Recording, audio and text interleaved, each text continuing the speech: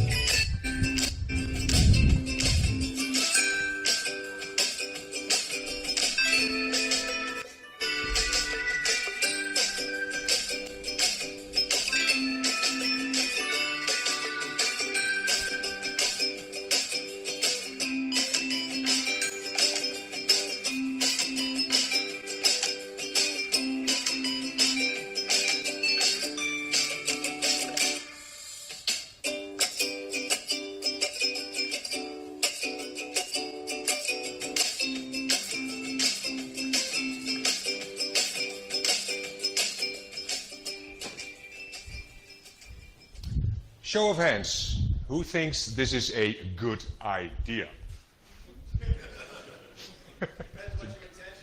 Correct, because I think it's a neat idea. I don't think it's a good idea. Well, one point, this is a commercial by a Belgian insurance company.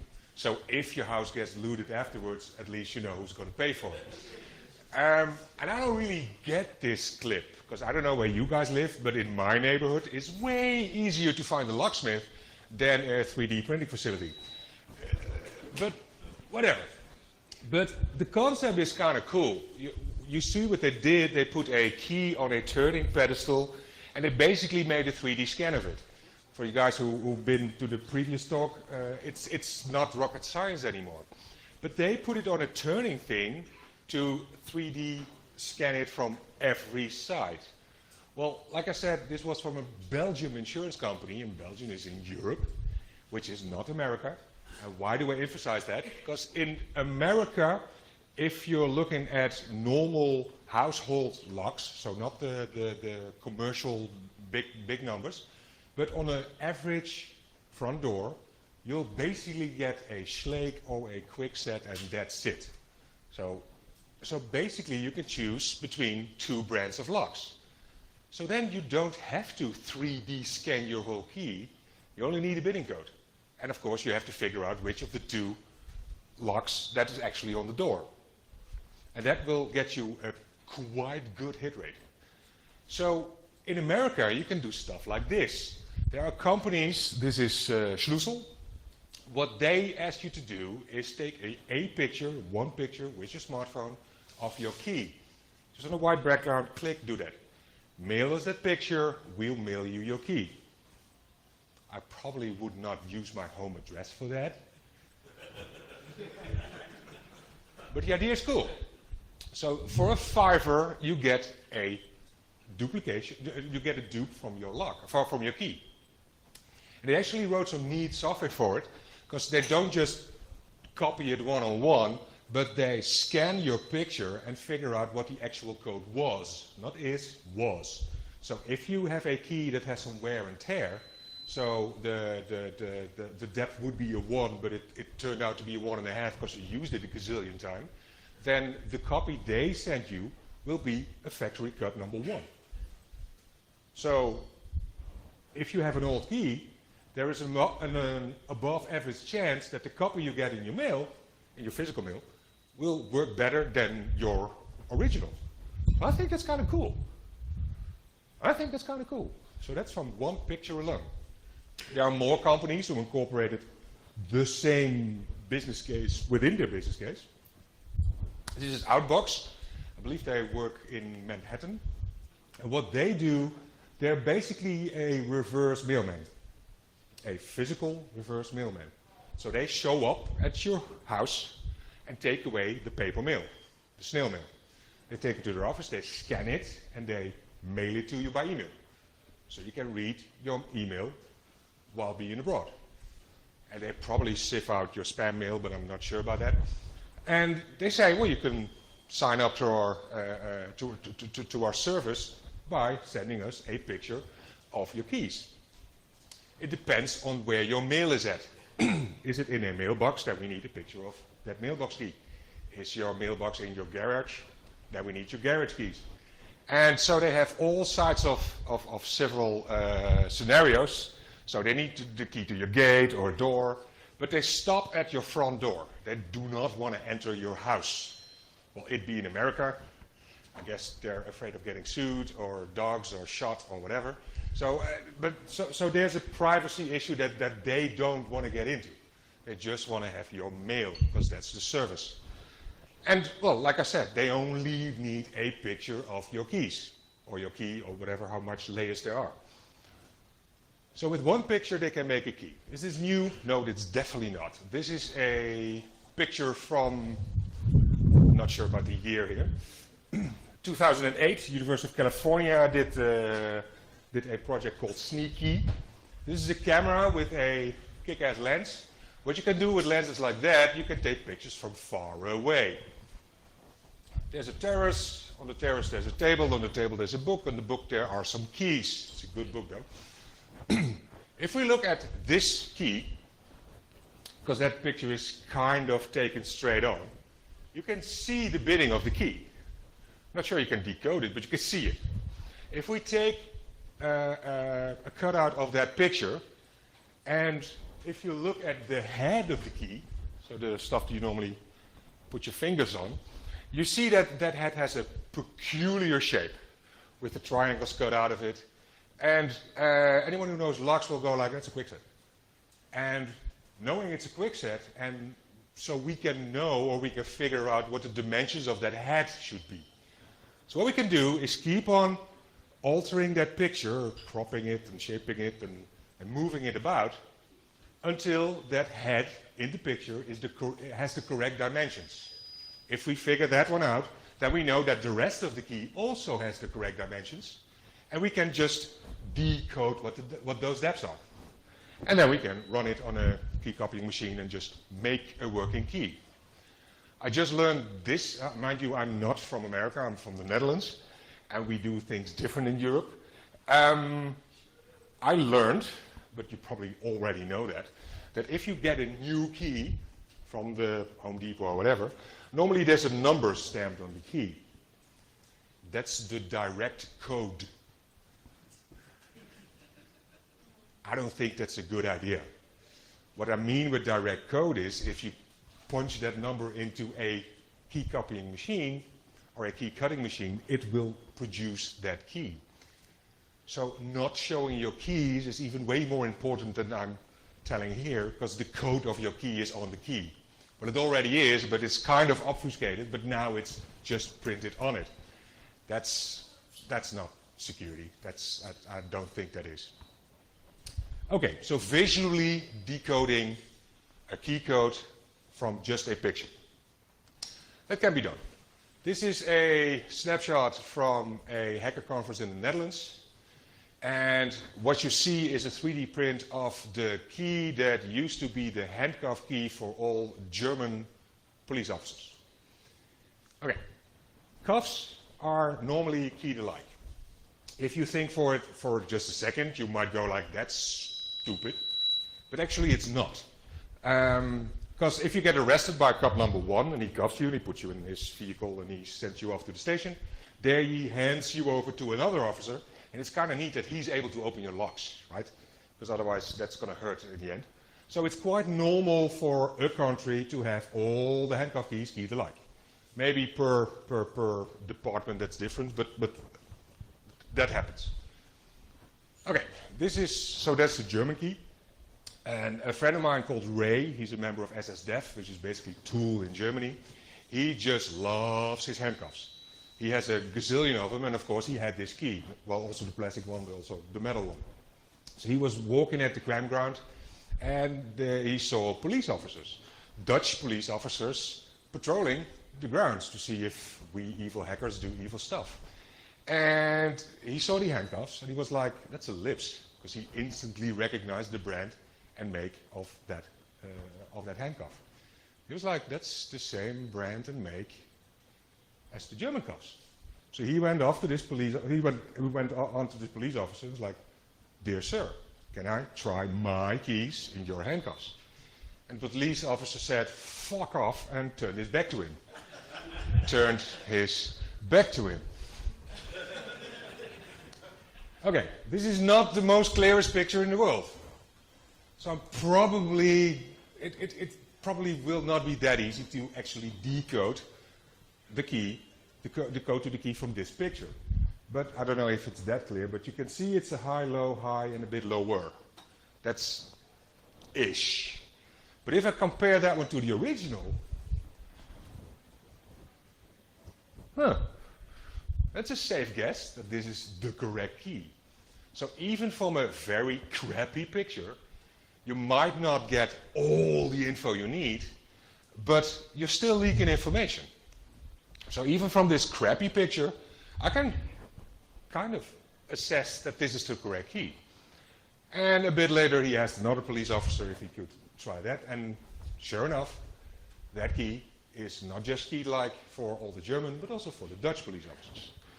So if you ever come into a pinch in the Netherlands, here you can download the police cuff keys. So that's fun, isn't it? It's fun. So only one picture was enough to basically open all the handcuffs. It's fun stuff. Okay, what I'm looking at here is a typical clean desk environment workspace. But I also see a key.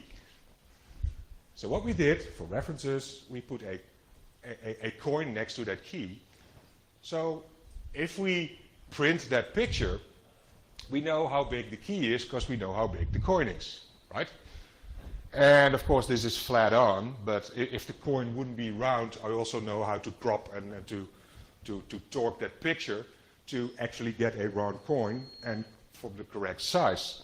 So if that's done correctly, this one is also the correct size. And if we know it's a crappy lock, and this is a cabinet lock, so we kind of know that it would be crappy. If we take that piece of paper and put a sheet of metal behind it and go all kindergarten on it and stay within the boundaries and lines and cut it out, with some luck, that will open your lock. So what we have here is a piece of material that's vaguely the shape what the key should be, and sure enough, it opens. So on crappy locks, the crappier it gets, the easier this is. Well, like I said in the intro, well, in the beginning, that in America you have Schlegs and Quicksets and other stuff. So the other stuff is, well, a lot of that other stuff is quite good.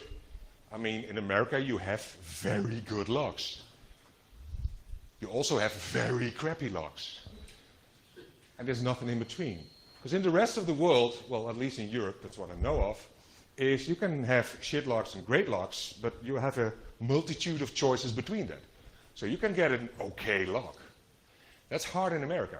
So you either get a crap lock or a good lock, and there's nothing in between. Well, guess what? The crap locks are kind of cheapish, and the good locks are very expensive. So a normal consumer lock, you have an above average chance that that's utterly crap. And so I'm not saying this might work, but if you go to the lockpick village, you can, well, try it out for yourself. Those are normal, unaltered locks, and you can just open it. But, okay, so that's without any prior knowledge. But of course, some locks are more important, and some needs to be kept a secret a bit more.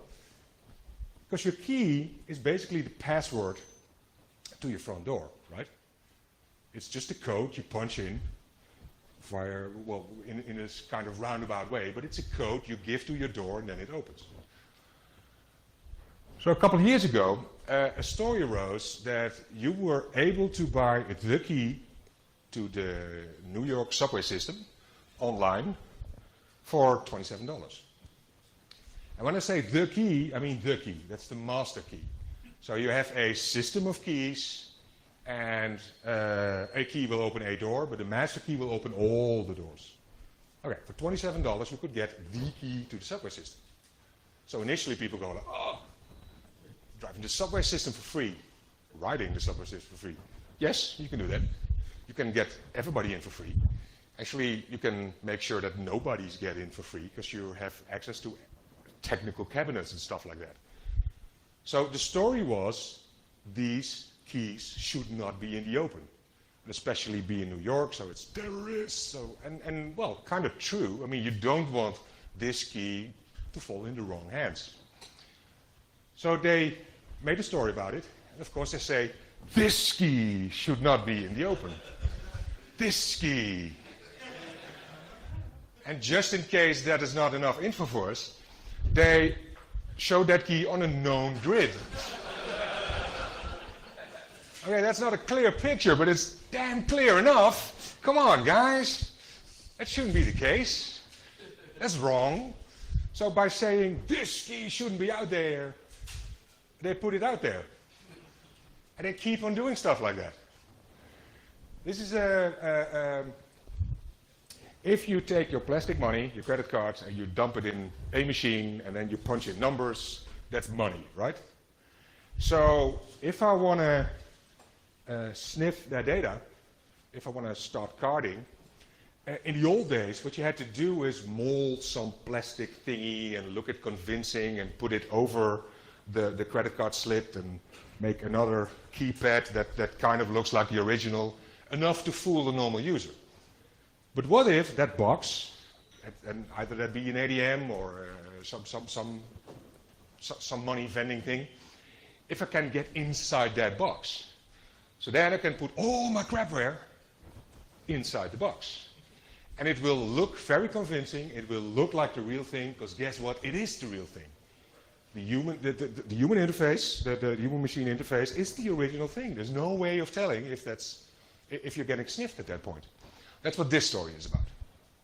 Let's bring in NBC Bay Area's investigative reporter, Vicki Wynn. Vicki, seems unbelievable that one golden key, so to speak, unlocks so many pumps. We were surprised too, Raj. You could call it the key to the kingdom. It is a remnant from back in the day when all gas station pumps were made with this to make it easier for inspections. And now, keys are just providing easy access to a very lucrative crime using high-tech technology, and in the end, we are all on the hook. Hidden behind here, a new Bluetooth-enabled skimmer that can rip off your credit or debit information in seconds. This universal gas pump key is making it easier for thieves to install these new skimmers. Is that easy to decode? Kinda. And I even know which blank to order. So I need a Y11 USA. That costs about 50 cents if I buy one. And if I buy them in bulk, they're way cheaper. So don't do it like that. If you run the story, you don't have to show. I think so. Let's look at another clip, if this one is working. Like I said before, in the New York subway system, that was for sale and people rented. Those keys are, well, that was a master key to the subway system. And because sometimes a master key system is handy. For example, well, New York is a big town with high-rise buildings. If one of those buildings is on fire, you kind of like it when the fire department can get in, right? And of course, they can knock your door down, but they don't want to do that on a regular basis. So if the whole city would be keyed alike, for a safety perspective, it would be cool. From a security perspective, not so good, because anybody who owns a building could get into any other building. So what they did, they started using knockboxes, which is basically a tiny safe that is put outside the actual facility, and that has the key to that building inside it. And that box has a lock on it, and all those boxes are keyed alike. And, well, that kind of makes sense.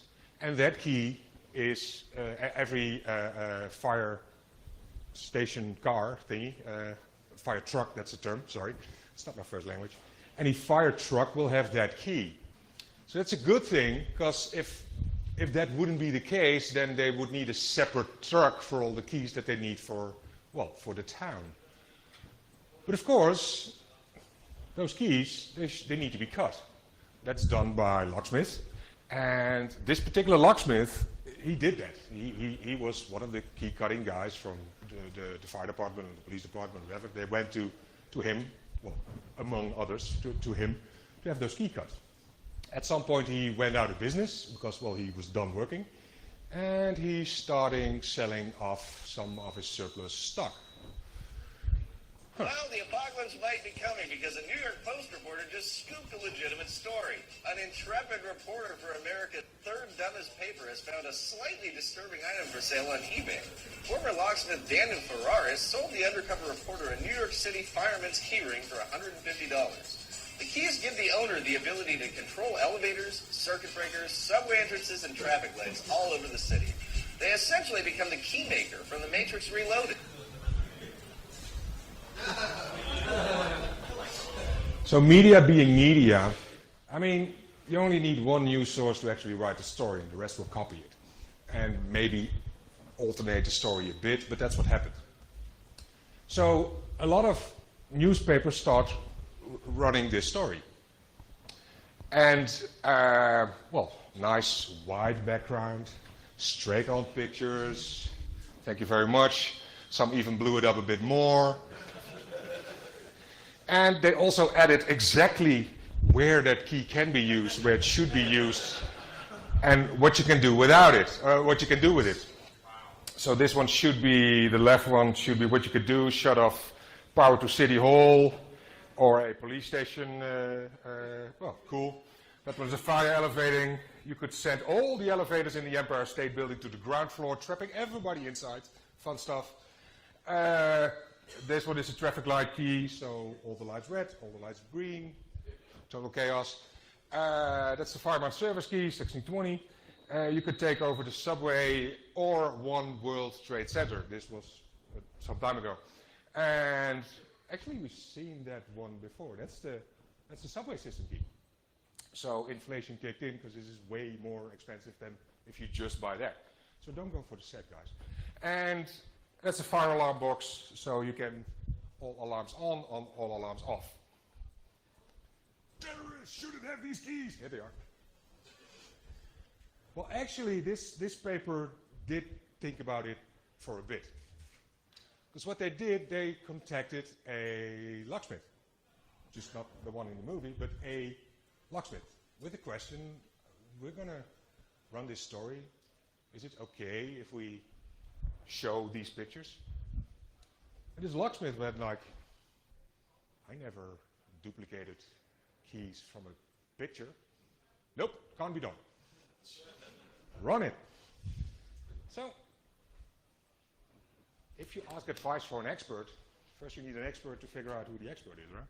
So that's okay, let's take it a bit closer to home, well, my home. This is the logo from Tech Inc. Tech Inc. is a hackerspace in Amsterdam. and which is also in the Netherlands, same as my hackerspace. And of course, being hackerspaces together in the same country, it's not really rivals. It's more like siblings. And siblings do quarrel, right? I mean, we poke every now and then. And in Amsterdam, they got a new hackerspace because they moved places. Of course, that also includes a new front door and new keys. And one of our members thought it would be a good idea to troll them a bit. So he contacted one of their members. I was like, you have new keys, right? If you can just send a picture of that key, because we have a guy that knows his keys, so we can assess the security of your front door. And of course, this showed up in the mailbox. With a coin, it's a €2 coin. So it's not, again, not the best picture in the world, but enough to decode it. Because what you can do is just trace this shape.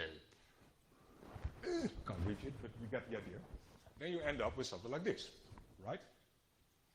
Okay, we fed this in our newest machine, which luckily enough was not a coffee maker.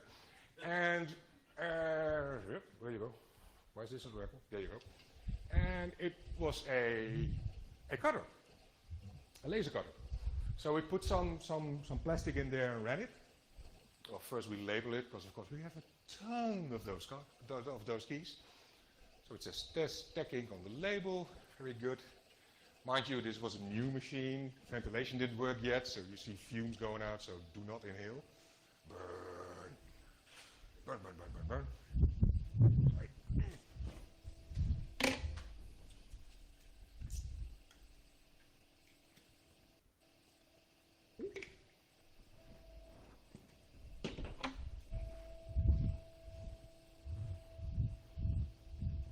Yes, almost done. Bear with me. Focus. There you go. So this is not a key. This is a key-shaped piece of plastic, which is about 3-4 millimeters thick. That will not fit in your keyhole. At least, I sincerely hope that will not fit in your keyhole. But what you can do is put this on a normal key duplicator. Here's our plastic thingy. There's a blank key, and make that key blank in the correct shape. But of course, as I said before, we're sports pickers. So I'm not allowed to pick a lock that I don't own or have explicit permission from the actual owner. So I couldn't try it. There's no way for me to try that without breaking those laws.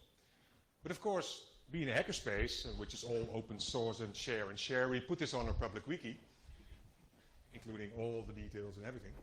And yeah. So apparently that was the correct key, and it did work. And well, trolling is nice, but of course the day after we came there with a way better lock and 60 spare keys and installed it for them. So all was good and well, we love each other to death. But yeah, a bit of trolling is always good. So social engineering is enough to get all the details you need to open doors. Well, we knew that already, but maybe not in this way. Again, Europe. This, there are subtitles. This is in Dutch, well, in Belgium, which is, well, Dutchish. And the story is that you could buy the keys to the speed cameras. Well, actually, you could buy the locks to the speed camera. I have no idea how that works. But apparently you were able to do so. It's and 11:30. It is.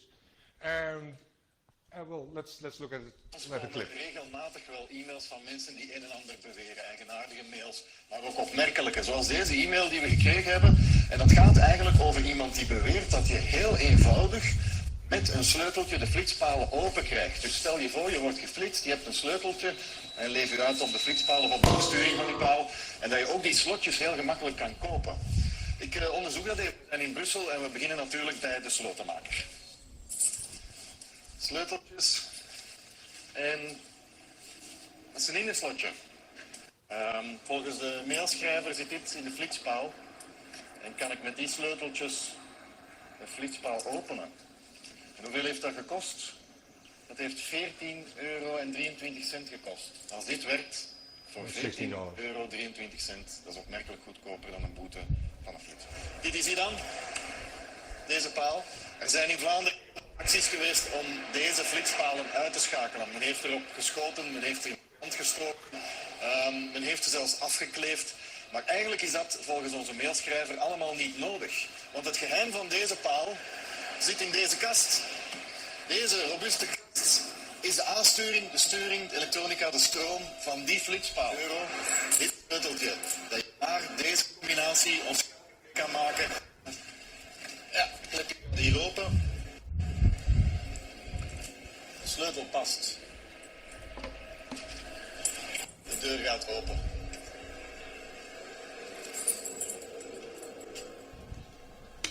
Hier kan je hem zelfs gewoon handmatig en automatisch aan en afzetten. Laten we het maar dicht doen. Terug op slot. Volledig nieuw. Dit is wraakroepend.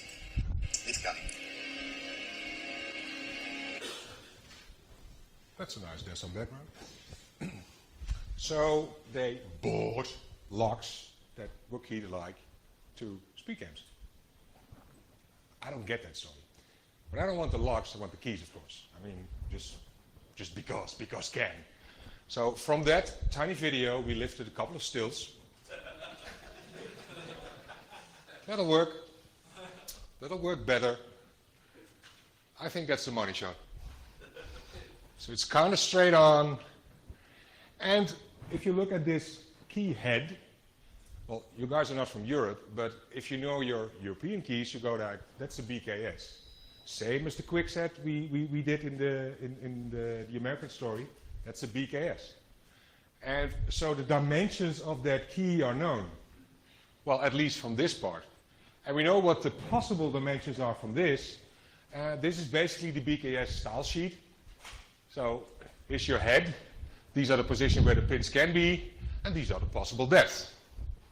Right? So we took this picture and compared it with this style sheet and did a guesstimate and came up with this one. So we assumed, or we thought, that this would be the key to all Belgian street cams. But again, of course, I'm a sports picker. I'm not allowed to pick a lock that I don't own or have explicit permission from the actual owner to try this. I'm pretty sure that's out the window because they're never going to give permission for me to try that. So we bought a speed cam.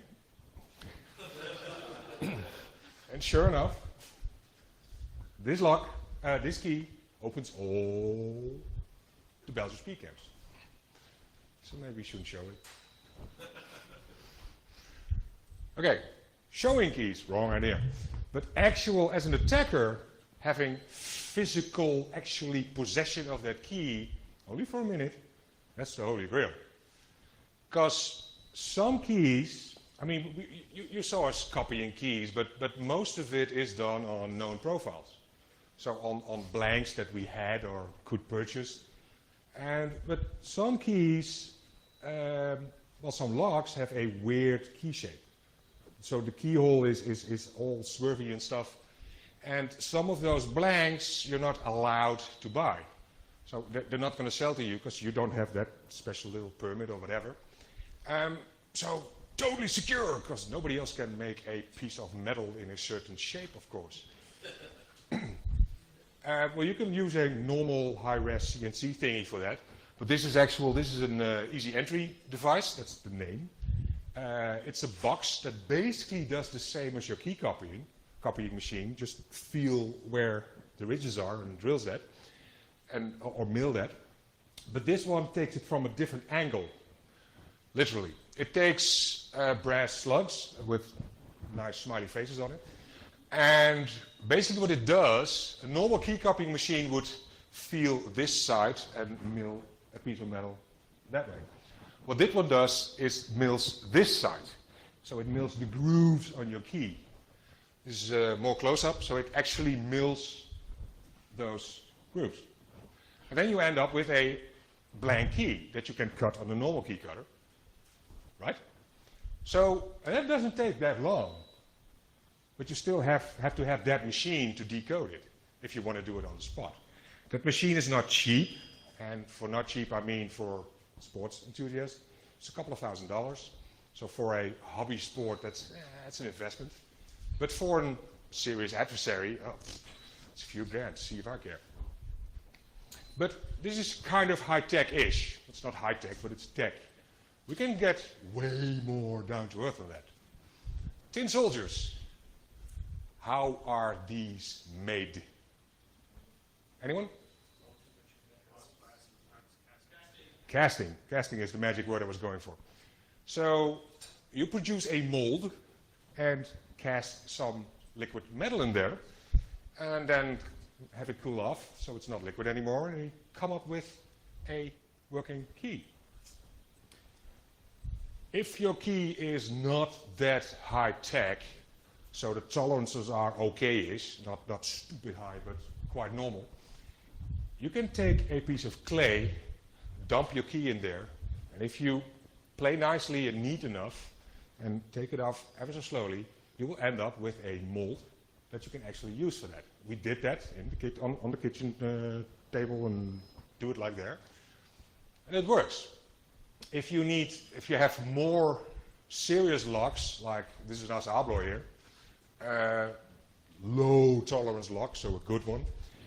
For that you can't use the normal clay, and we used a two-component component for that.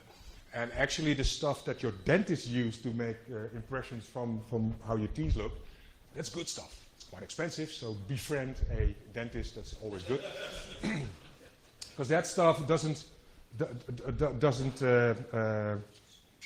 shrink or expand when heated so much, so that's brilliant stuff. There are actually kits for sales. This is the clamp. This is normal clay, and this is an investment, not stupid investors. This is baby powder, actually, because what you do is if you have a clay surface, you put the baby powder on there, because otherwise you put your key in, take it out, all the clay will stick to your key. So to get rid of the stickiness, that's it. So this is a low melting metal, a candle, and just a device to put the clay in. And it works. It works. So you've seen this all doing in 60 James Bond movies, and this works as long as you don't have very good locks.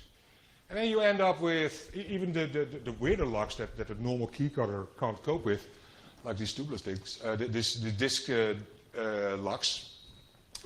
I mean, it doesn't look the same, but the important bits do, and that works. And of course, if you fuck up the casting bit, you still have a mold. So if you do it neatly enough, you can try this over and over again, and of course you can remelt that one. So losing sight of your key for, I don't know, the better part of 20 seconds. So if you lose sight of your key for the better part of 20 seconds, you should consider those keys lost. And if you find them afterwards, you consider them a souvenir. Because if you lose them in the wrong place, and the adversaries are watching, and sometimes you know that's the case, it's a goner. Because you don't know who's the other owner of those credentials. Because that's what it is. Keys are credentials, right? This is the idea of Rob Gongrijp. In the Netherlands, he's probably the most famous hacker that we have. He did stuff with, among others, he's one of the guys who made sure that we don't vote on voting machines anymore. So, good stuff. He hacked the shit out of those. Perfect. Good guy. So he's a hacker. He's a good one. So he knows security, I presume. So let's see how he would go for something like that.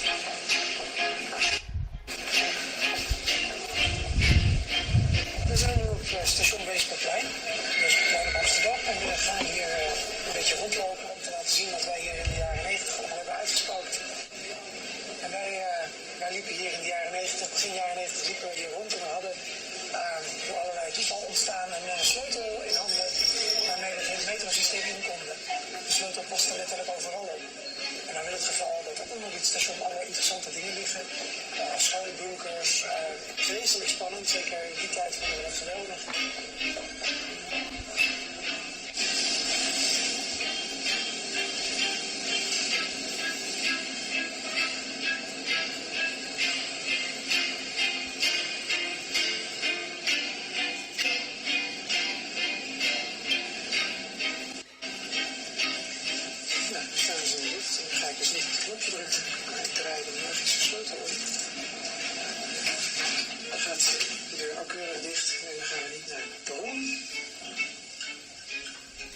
Zijn dat de lift heen gaat. We gaan gewoon door naar beneden.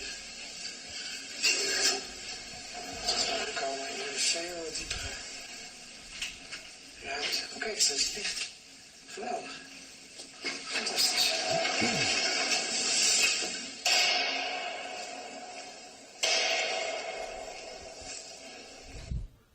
So then you have hackers in your nuclear bunker. Fun stuff. What's wrong with this picture? It's a bit out of focus. There's no way in hell this is the actual key. That's a cabinet key. It's not an elevator key. But you didn't know that, did you? Showing this key instead of the actual key took nothing away from the story. The tension was there, the drama was there, and it kept there. And you just show them a prop. Anything. Right? So you can run the story, you can show keys, and do not break security that way. So that works. So not showing keys, how to do that? Well, this is a key port labeled DEFCON, because, well, they sell it also. And this is basically a box that you can slide your keys in and out. That's a neat idea, right? So if you want to use your keys, slide it out. So at least if you have a lot of keys dangling about, you can't see them. What they do, they produce key blanks with a peculiar head that fits in here. You can slide it in and out. But of course, in order to know what key blanks to ship, because they want your actual keys to be cut by your locksmith. But they do need to know which blanks you have. So of course they say, please send pictures of your keys to us and label them correctly. Like, this is the art studio, and that's my front door, and this is the vault, I don't know. Come on, guys. You're at a security conference. You're selling a security product to the uber paranoid, because, well, that's what they are, and you tell them to do stuff like this. Well, actually, granted, in the fine print it does say, for added security, you can cover the tip of your cuts so we can't decode them. But that shouldn't be added security. That should be the default. Come on, guys. That shouldn't be in the fine print. So I think that's the wrong idea. So we kind of are catching on that this is a bad idea, right? A password should not be on a post-it on your console. That's wrong. And same with punching in credit card numbers. I mean, a couple of years ago, especially in Europe, well, that I know of, we got some public information clips that said if you punch in your numbers, shield it. Don't let other people know your PIN code. And, well, basically you don't type in your password like that if you know people are watching. And, well, for me the same goes with using keys. So you shouldn't spread around your key everywhere or pictures of your key everywhere. So this is wrong, we all agree on that. So I think this is wrong also. This is please break.in. And what this guy did is basically make a piece of software that looks at the Twitter feed and does somebody say new key and has picture, then he puts it on this. So cool, right? So we know that these key These keys belong to a location in Fargo. I don't know how big Fargo is. But, of course, these are just links to the original Twitters. So if you click on these links, you end up at the original Twitter feed from the actual owner. You probably can figure out where he lives. So you can end up with stuff like this. Tweet it to the outside world. And of course, if you click that Turlog CA link, you'll get a map of where the actual geezer lives. And I'm pretty sure we can write some software that can compare this to Google Maps, right? Or to Street View, I mean. So, and yeah, that's a clear enough picture to actually open it. So I think it's wrong. So from a picture alone, we can decode enough information from a key to actually open a lock. So we kind of want to know who's watching, or if you are watched. Well, of course, with Google Glass, you could still, well, you could see people wearing obnoxious stuff on their head. But they're already working on Google contact lenses. And if you happen to live in London, there's a gazillion CCTV closed circuit cameras around. And they're getting better and better. I mean, their picture quality is better and better. You don't see them all. And I'm pretty sure all of you guys have a quite decent enough camera in their pockets. We call them telephones, but those are cameras. And tracking devices, of course. But, so who is watching? So you should be, when you use your metal password to open your door, shield it a bit, don't spread it around anywhere. I mean, same as people don't have a post-it password on the forehead, because that's what, basically that's what we're doing. Okay, one more tiny story, and I'll leave you guys to it. This is a bad man. I know he's a bad man because he's a killer. He got convicted for killing people, and he went to jail for it. And he walked out of jail. Because the design of the master key was printed on front of the prisoner's information handbook. A copy of that particular book was given to all inmates upon arrival of that facility.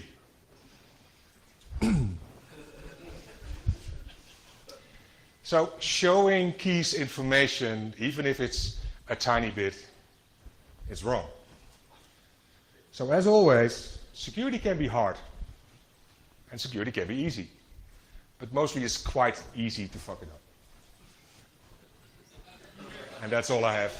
Any questions?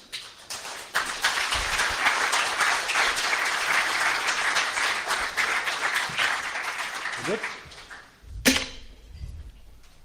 Mail service you showed earlier in the presentation talks about this over a year ago. Okay. The federal government decided it was a violation of the Constitution.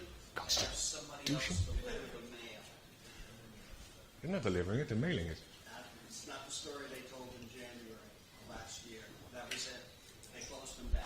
Okay, so the mail service I talked about earlier is apparently for a year from now. Isn't that ironic? Okay, that's ironic, yeah. So basically mail fraud-ish. Okay, cool, thank you. Sir? I have a process question. Hold on a second. Wait a minute.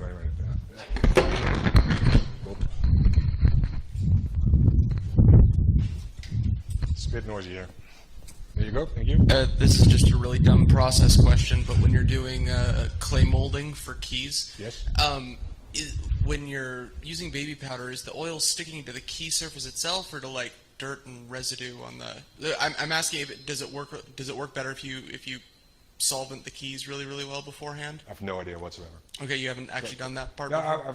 I've not used solvents on it, but if you use baby powder, some will stick on the clay. Well, most of it will stick on the clay. Okay. And so, because the clay is kind of sticky, and what the baby powder does is get rid of that stickiness. That's basically what it does. I mean, maybe there are other ways to do that, but it came with the kit, and it's dirt cheap, so it's like, blah, blah, blah, blah. My only concern with baby powder is that Well, it's white powder, so I wouldn't take it through customs, but it also, if you're trying to do this fast, it's going to leave like solvent evaporates, baby powder sprinkles okay, everywhere. true, yeah. Yeah, sure, you can optimize the process, but we weren't going for covert, we were just going for proof of concept at that point. Okay. But yeah, sure, you're right. I mean, if you lose sight of your keys for 20 seconds and then you find it and it's all white and powdery, you go to, don't know what happened there. Yeah, could you move it to, thank you. More questions? So subway keys, fireman's keys, were those locks changed? Are there too many of them to change? What's the status of that? Well, like I said before, I'm not allowed to pick locks that I don't own. I don't own these, so officially there's no way for me to actually tell that. Well, first, I do not live in New York, and I allegedly do not have possession of these keys. so I don't know. I think not. Like, is this vulnerability even being reported? Is there anyone that cares about it? I mean, yeah. It's been reported in several newspapers, but it's a shitload of locks. And of course, before this story ran, there are quite a lot of firemen in New York. And they don't all have their personal set, but they can get hold of them. And some of these keys are, even if the building is not on fire, are quite handy. So you're sharing a secret with a couple of thousand guys. You can't share secrets with that amount of people. I mean, Snowden, someone? If the group is big enough, you cannot share secrets. The group should be smaller. So from a security perspective, having, like I said before, from a security perspective, having master key distributed over a big group is a bad idea. From a safety perspective, it makes perfect sense. So it's a balance. It's the same with end user usability and security. I mean, from a security standpoint, maybe a password this long would make sense. From a user perspective, not so much. So it's always a balance and a choice you have to make. But I'm pretty sure at least not all of the locks have been replaced. I'm pretty sure the bulk of them still work. I know for a fact that the elevator key is still operational, because actually you can't just change out those locks, because they're bound by code. The elevator code, I don't know what the term is, but the actual writing how a elevator key should look like clearly states this should be the key. This code should be the key. So to change all that paperwork, that's not going to happen overnight. So I'm pretty sure a bulk of it, if not all, will still work. But I'm not sure about that. Yeah. Hold on a second. There you go.